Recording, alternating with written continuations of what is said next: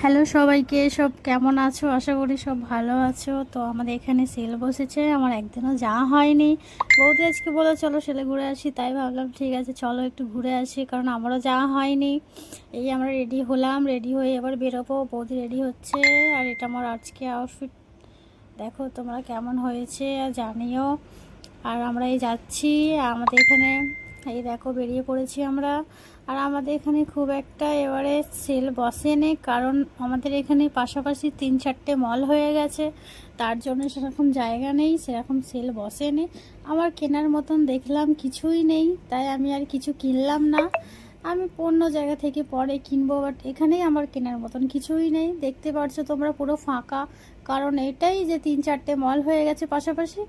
আর মানে কিছুই বসে নেই, মানে প্রত্যেক বছর অনেক আমাদের এখানে সেল বসে, এবছর কিছু বসে নেই। তো ভাবলাম এবার চলো বাড়ির দিকে যাওয়া যাক। তারপরে বললাম যে চলো একটু ঘুগনি খেয়ে নিই। তো এই ঘুগনি খেতে আমরা দাঁড়ালাম। এই ঘুগনি খাচ্ছি, এই যে আমি, এই যে আমার বৌদি ঘুগনি খাচ্ছে। চলো টাটা।